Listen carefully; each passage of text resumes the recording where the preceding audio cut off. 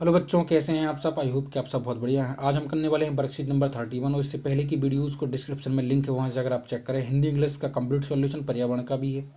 इससे पहले की जो वर्कशीट है उनको भी अगर आपको और प्ले लिस्ट में जाके भी आप चैनल पर जाकर डायरेक्ट चेक करेंगे तो भी आपको कक्षा 5 से ब्रिज कोर्स की जो प्ले लिस्ट है वो मिल जाएगी। चलिए बच्चों, शुरू करते हैं। पाठ का नाम है सम्मिति। सम्मिति, ठीक है।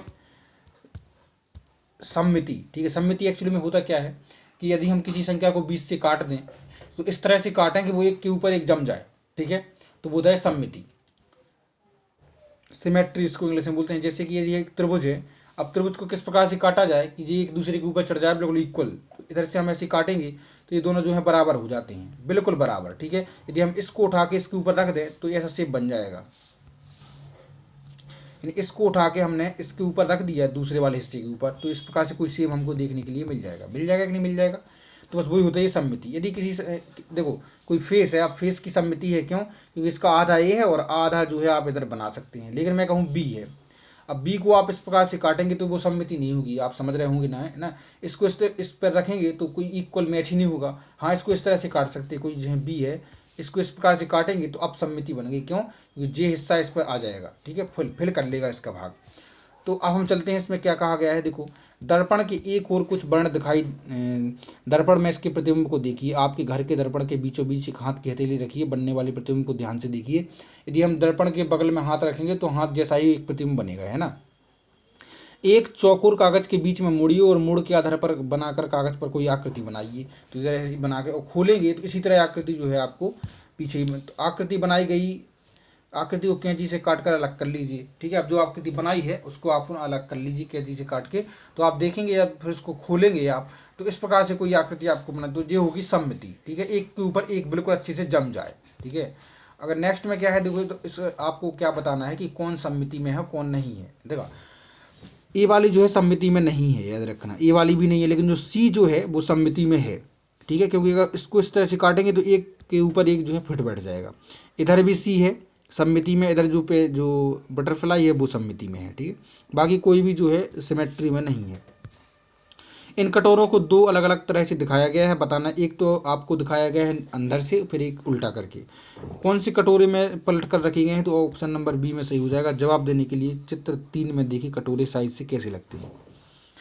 तो इसके बाद जो है आपको कहा गया है 32 वर्कशीट में परिमाप की समझ दो। किसी वस्तु का, किसी भी आकृति का परिमाप निकालने के लिए बच्चों उनकी सभी भुजाओं को जोड़ देते हैं, याद रखना।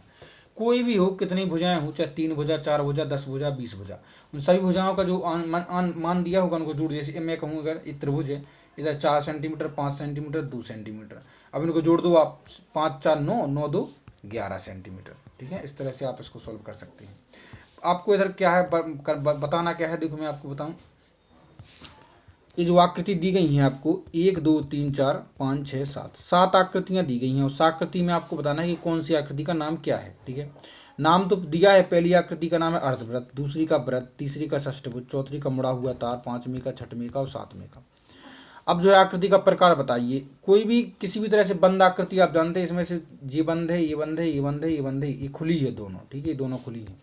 तो खुली आकृति बंद बंद खुली बंद बंद बंद, ठीक है। अब जो भुजाओं की संख्या आप इसमें गिन सकते हैं। भुजाओं की संख्या तभी होगी जब वो आकृति बंद होगी।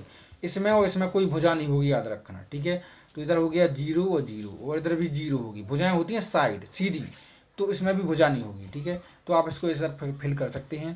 3 भुजाओं वाले, 4 भुजाओं वाले और 5 भुजाओं वाली बंद आकृति बनाइए। तो मैंने आपको बनाई है, तो आप इसको इससे देख सकते हैं। तो हम चलते हैं वर्कशीट नंबर 33 पर। वर्कशीट नंबर 33 में परिमाप ज्ञात करना है। तो बच्चों परिमाप मैंने बताया, कोई भी आकृति हो उनकी भुजाओं को जोड़ दो। 6 सेंटीमीटर, 4 सेंटीमीटर और 3 सेंटीमीटर, तीनों को जोड़ेंगे 13 सेंटीमीटर जो है आ जाएगा। 2 सेंटीमीटर, 5 सेंटीमीटर, 2 सेंटीमीटर, 4 सेंटीमीटर, सबको जोड़ेंगे हमारे पास तो 16 जो है आपका सही आंसर आ जाएगा। यदि इसको आपकी फॉर्मूले से यूज करना चाहते हो तो फॉर्मूला भी दिया गया। क्यों? आयत का फॉर्मूला होता है 2 गुणा लंबाई प्लस चौड़ाई। एक आयत है, आयत की विशेषता होती है उसकी आमने सामने की भुजाएं जो है बराबर होती हैं। इधर वर्ग दिया गया, वर्ग का फॉर्मूला है 4 गुणा भुजाएं। तो 4 गुणे भुजा है 4 सेंटीमीटर, 4 चौको 16 सेंटीमीटर जो है आपका सही आंसर आ जाएगा।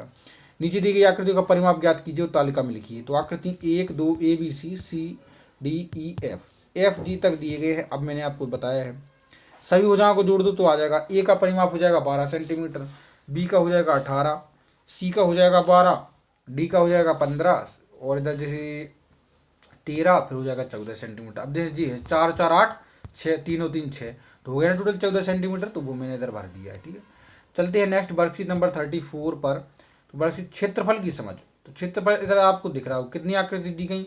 इसमें देखो यदि 1 2 इधर 3 इधर 4 इधर 6 इधर 4 और इधर जो है आपकी 1 2 3 4 5 और 5 3 15 खाने दिए गए हैं इसमें। ठीक है, यदि हम मान लें कि इसका यहाँ से और यहाँ से 1 सेंटीमीटर है, तो इसको देखो कोई भी आकृति हो उसका जो क्षेत्रफल निकालते हैं उसकी लंबाई गुणे चौड़ाई, या फिर आकृति बराबर बराबर हो तो भी भुजा गुणे भुजा। ठीक है, तो देखो इसी के अनुसार देखो इधर वर्ग वो करना है आपको, वर्ग भरना है तालिका।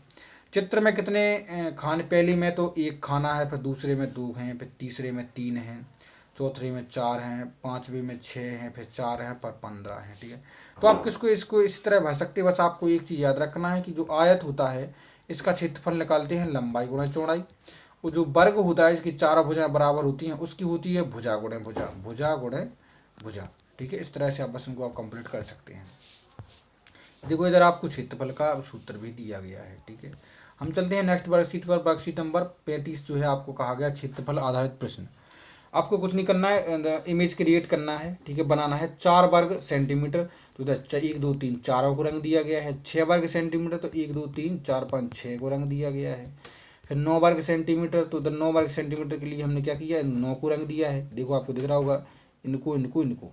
ठीक है, फिर इसके बाद आपसे कहा गया है कि 10 वर्ग सेंटीमीटर, तो मैंने 10 को रंग दिया है, 5 और 5 10, और फिर मैंने रंग दिया है पूरे 8 को। ठीक है, 8 क्योंकि लास्ट में बोला था। अब कहा गया तो कौन सा क्या है, तो देखो बच्चों ये आयत है, ये आयत है, एक वर्ग है, तीसरा वाला चौथा आयत है और पांचवा भी आयत है। तो 46 जो है कंप्लीट होता है। अब जो नेक्स्ट वर्कशीट आपको डिस्क्रिप्शन में लिंक मिलेगी वहां से जाकर चेक करें, वरना फिर आप जो है प्ले लिस्ट पर डायरेक्ट जाएं।